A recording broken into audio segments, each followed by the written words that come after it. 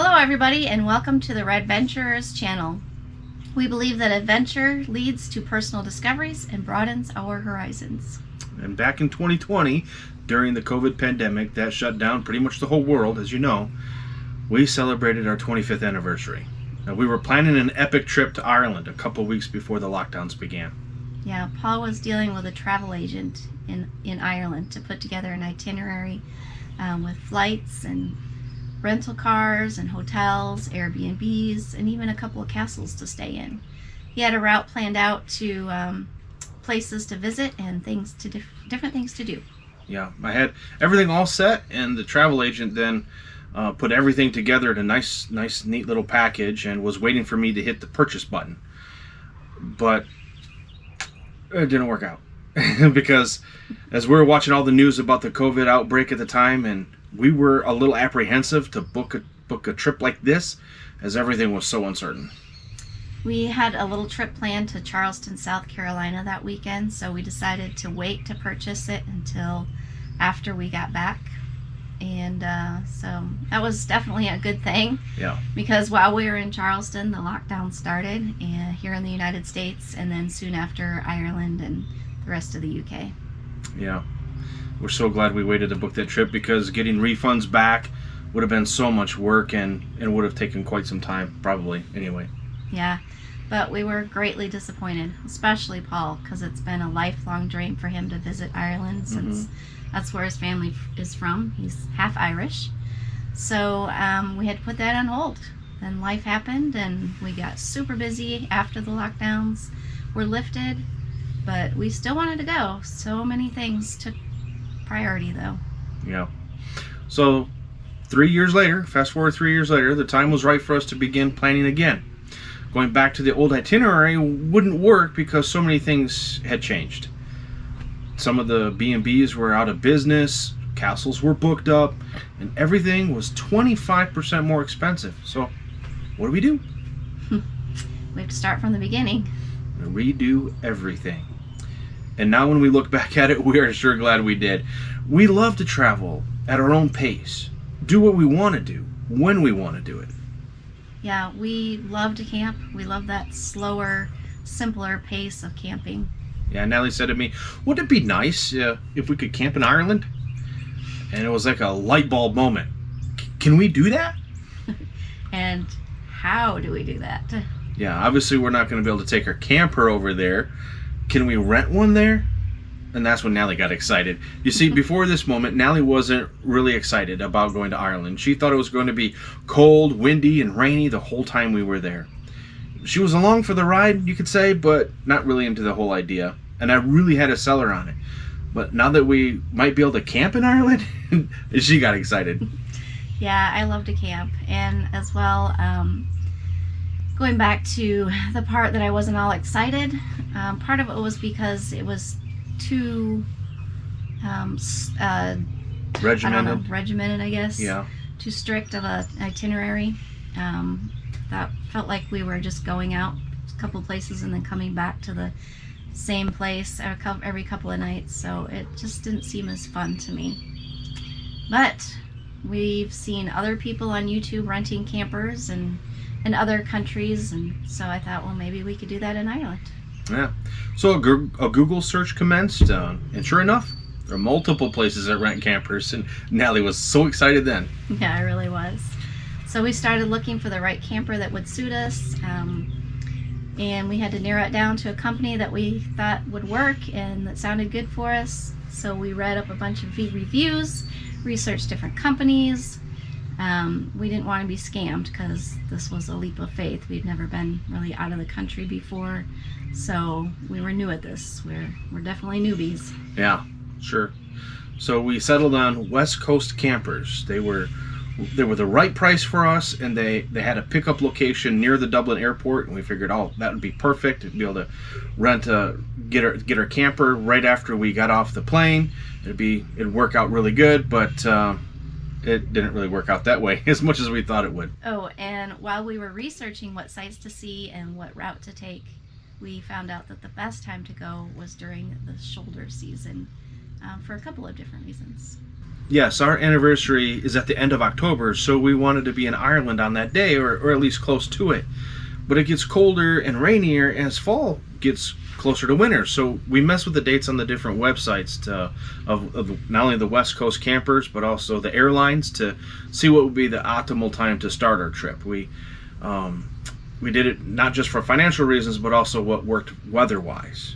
We didn't mind going early, then end our trip on our anniversary, or start later with our anniversary in the middle. But we knew sooner would be better, so we could still have good weather. Yeah, because I was afraid that it would get too cold staying in a camper van. We'd have to be bundled up to go see the different sites, and I wanted to do some hiking and walking around the little towns and villages, and I didn't want to freeze while we were doing that. Yeah, it turned out perfect, right? It turned out pretty good, except we did have a few cold and rainy days, so we had to dress right for that. And we had some cooler nights, so we snuggled up during them. Yep, I call that perfect because I like it cooler. I have to admit, it turned out pretty good. Yeah, it wasn't bad at all. Packing for Ireland has begun. Squishing as much stuff in these bags. Take all the air out. Mine's pretty much packed up already. Paul's working on his. Here's these bags.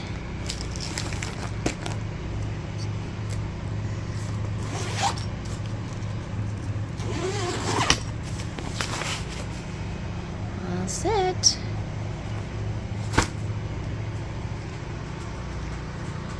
So the perfect time for us had us flying out of Asheville on Tuesday, September 26th at 1 o'clock. We had a layover in Charlotte, North Carolina, and then arrived in Dublin at 5 o'clock local time. Hey guys, we made it. We are actually on the airplane now, and we're going to be headed over to Charlotte next, so maybe we'll see you there. We're on our flight to Dublin. Next time you see us, we're going to be in Dublin. Wow, was that a long night. But the crazy thing is we're getting there at 5 o'clock. We couldn't get our camper until like the afternoon, like 2 or 3 or something like that. So we had some time to kill. Getting there at 5 o'clock, we rented a car.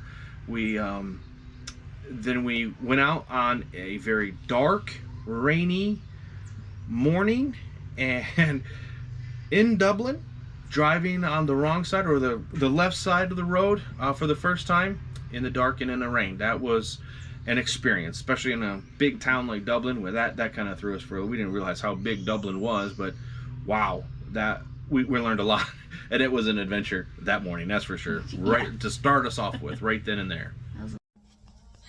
Our first experience climbing in the car backwards. It's weird. So weird. Traversing the streets of Dublin was a bit crazy at first, but we found our way around. Yeah, it was a long night. Yeah. But let's talk about planning. Okay. Oh yeah. Let's go back. Okay. So I tell you what, guys.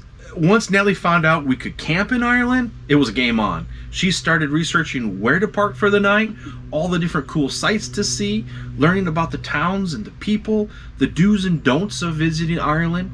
That's a big shout out to Walter's World on YouTube, because that's a fantastic channel. You gotta check it out, because they've taught us what to expect when moving around Ireland, how to drive on the left side, the rules of the road, because they're different, and then what all those weird signs mean, because those signs are much different than what we see here in the States. Walter's World has so many awesome videos explaining so much. We learned so much from them, from the etiquette, of how you act in Ireland, the food scene, recommendations on what to see and to visit, and also kept us away from some of those tourist traps. Yeah, those videos really helped us to be comfortable with what we were about to experience. And I loved how Walter and Jocelyn explain things. They show you what to expect. So if you're traveling anywhere, they probably have a video on it. They're super helpful, and they were entertaining as well. Yeah, and since we're talking about YouTube, we also have to give a shout out to Clissare's channel. That's spelled Clisare. She says it rather quickly, in Irish dialect, so it makes it sound like she's saying Claire, but it's Clisare, and at least that's how we pronounce it. But she gives you a look into her and her husband's life in Ireland, and she takes you along as she visits other cool places and meets interesting people. We highly recommend her channel. She was also the one to recommend being led by the fairies, as the Irish put it, which basically means for us, what we took it as, is allowing time to go and experience what the locals suggest, and talking to everyone who wants to carry on a conversation with you. And I tell you, boy, are we glad we did. It opened us up to so many new things and experiences that we wouldn't have had before without it. So now it's kind of how we like to travel. We love it. We talk to people, we ask them suggestions, we go do those things if we've got time and it fits into our overall plan. It's well worth it. It's just something, it's just a different way of traveling, and it's so much fun. Yeah, it's definitely well worth it. The people in Ireland, they were amazing. You ever hear other people say that and you'll be like, yeah, okay, that's cool. But I'm here to tell you, they're everything that people tell you. They're courteous, they're polite, kind, they love to talk. They are helpful in any way that they can be for you. Everywhere we went, it seemed like the Irish were like that. Yeah. Well, maybe not so much Belfast. Yeah. But Belfast is a big city with big city people. Not that they were rude or anything. Don't get me wrong. But they kept to themselves, and more than anywhere else in Ireland. We noticed. Yeah. Southern Ireland was definitely my favorite. Yeah. You mean the Republic of Ireland? Yeah. Yeah, night and day difference. But we'll explain in future videos the difference, at least according to our experience. But don't get us wrong. The people in Northern Ireland were amazing too, but just different. And you'll have to experience it to understand it. But that's for another video. So getting back to the beginning. Again. Sorry. I had so much fun doing the research. I read so much. I watched so many videos. I looked at the map of Ireland so much that I probably know all the towns and the counties and where they're located. Probably better than North Carolina. Yeah. Guys, she's understating how much she researched Ireland. She worked on our itinerary and our route just about every day. She dove in deep on some stuff. And remember how you felt when you realized that you had everything all done? Yeah. I felt like the trip was done. Like I was kind of sad. Like when you getting off the plane coming home, or you turn onto the road that you live on after an epic road trip. It was just kind of sad when it was done. Yep. She went through that depressed state for a few days. Yeah, I had so much fun preparing everything. It was a bummer when it was all done. I didn't know what to do after that. Yeah, and the whole time I'm getting more and more excited. She did such a wonderful job planning everything, and I just had to do a few things. I had to book the flights. I had to hire a camper van. That's what they call it, hire instead of rent a camper van. They got a little different verbiage here and there, but didn't have to do too much. But I did have to tell her where I wanted to go and what I wanted to see. And I love mountain biking, so I had to learn where and when I could do that, and then make reservations at one place, and you'll see all about that in one of the videos. But the other times I was at the mercy of the weather, and I didn't want her to be waiting around all day for me. But other than that, Natalie took care of just about everything else. Yeah, but one of the hardest parts of planning was allowing time to be led by the fairies. But Paul was adamant about wanting to be able to have time in each town or village that we stopped at so that we could do that. But it worked out really good. And if we had stuck to that strict itinerary, then we really would have missed out on a lot of experiences that we had. Yeah, some amazing experiences. Mm-hmm. Listen, guys, we had so much fun, and we had the crack of our lifetime in Ireland.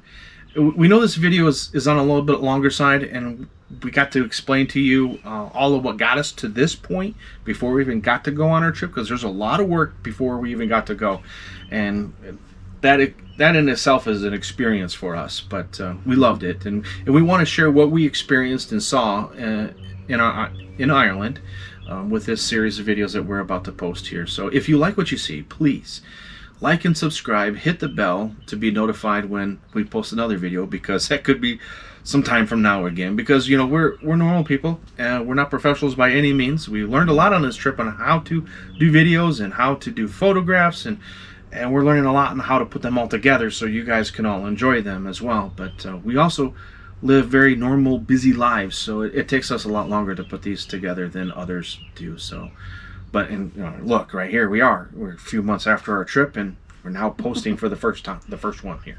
Yeah, it takes me a while to get going. Yeah. But we hope you enjoy them. Please comment below if you have any questions, and we'll try to answer them or respond to them as soon as we can. All right. Good. So please, everybody, sit back, relax, and enjoy.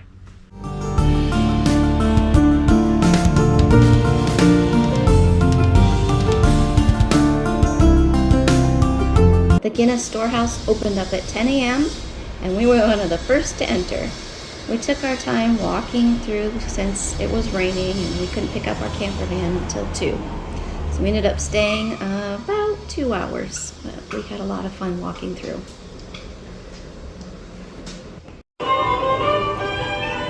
So, there it is. The final blows are struck. The mall, driving home, the chime. Another hand-made cask is ready for the road, and the look of satisfaction on the face of Master Cooper. Anyone recognize any of these Guinness advertising?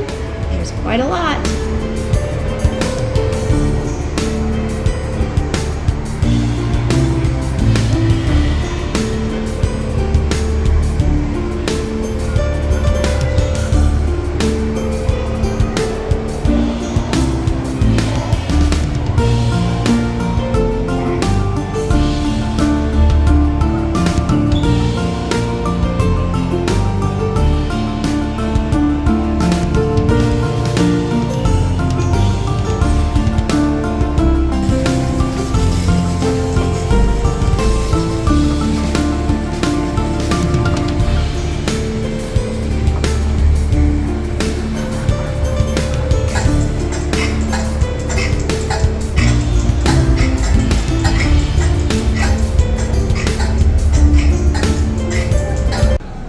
Decided to try our hand at pouring a proper pint of Guinness. I did better than he did.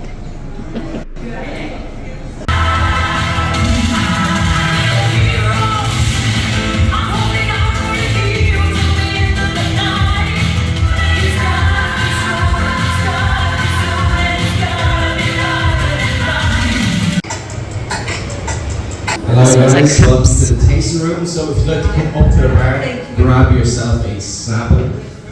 We have 4 different aroma pods around the room. As you can see, each one of these is a different ingredient in Guinness. We've got malted barley, beer esters, hops, and roasted barley. Now when you drink your sample, you should be getting sweetness from the malted barley and the beer esters, sweetness at the tip of your tongue. The bitterness is from the hops, that should be at the back of your tongue, and somewhere in between you'll get chocolatey, coffee kind of flavour to the beer. Now, The stairs to the gravity bar for our free pint. Dublin from on top of the gravity bar at the Guinness Storehouse.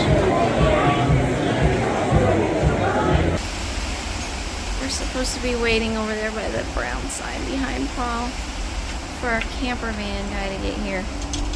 And we're in this little cubby right here. Let's give you a tour of our camper van. It won't take much, it's pretty small. There's driving on the right hand side of the car or van. Cubby up here. Cubby. Table. More cubbies. The bed, I'll show you that in a minute. Cubbies. The kitchen. The door to go out.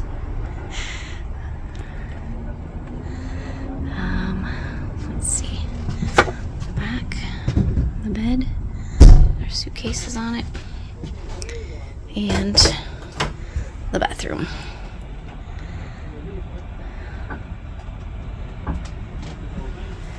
And that's where we'll be living for the next 3 weeks. Crazy. From the bed.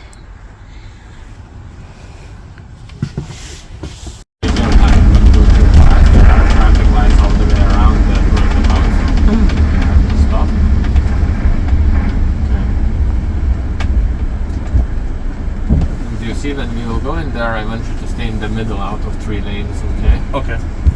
If you will stay in the middle 1 here, then it will be the correct lane to go out after we will go around. Okay. And that guy has to stay in that lane, right? Yeah. Okay. So that guy should follow this lane to go out of the roundabout. Okay.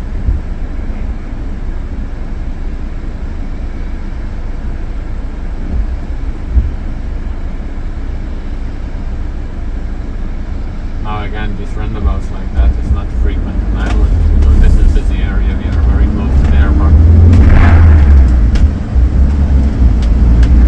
Okay, just keep going around now. Now we can then push it indicate where we are going in Ireland. We require you to, we are going to the right again. We're going to Santry and Sydney. And now we will be leaving the roundabout, so now we can indicate left. Okay.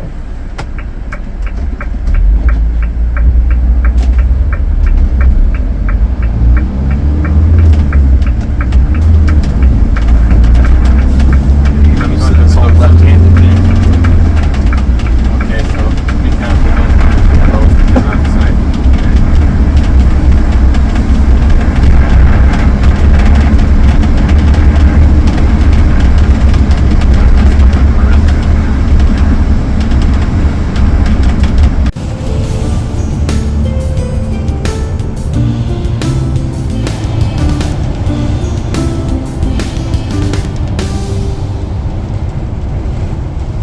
Hey, look at this. This is brilliant. Can we do this on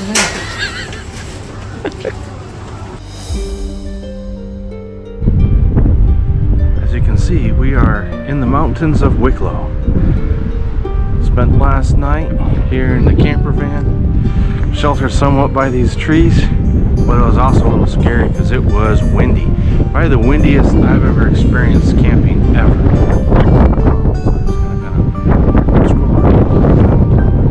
We got a visitor up there hiking. There's Natalie.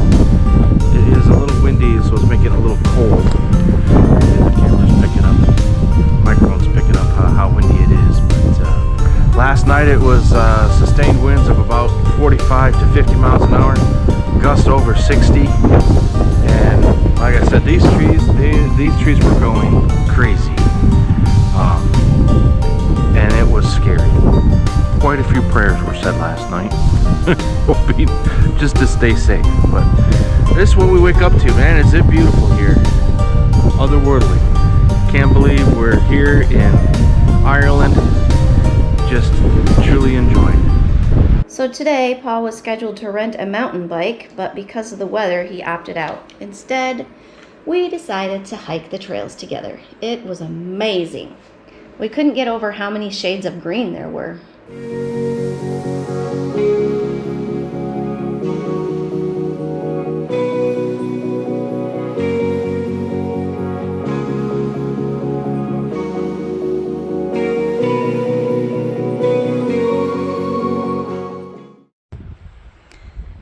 So here's for you mountain bikers. Path number 1, Petey. Is this trail for you? Goes off down there. Number 2, Glitch. Starts off with a windy path. And number 3, Pig Dog. Goes off that way.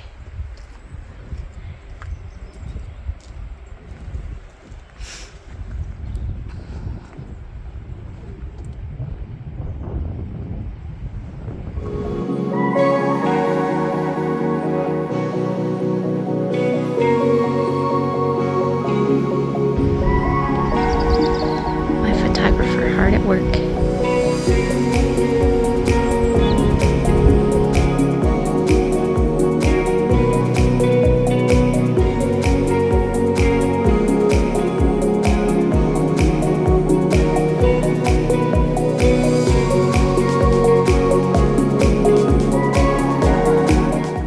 We stopped here for a little while to watch the sheep.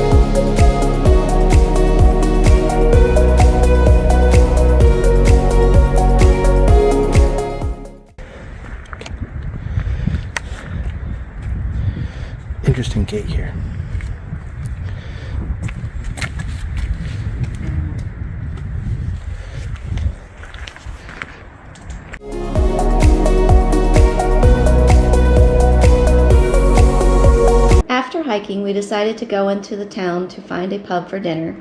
The town of Bray was about 30 minutes from where we were hiking.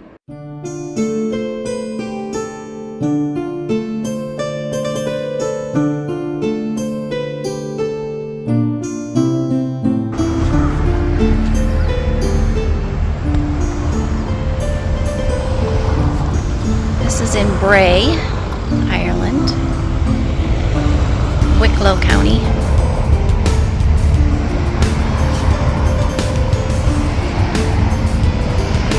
It's gorgeous. It's right on the water.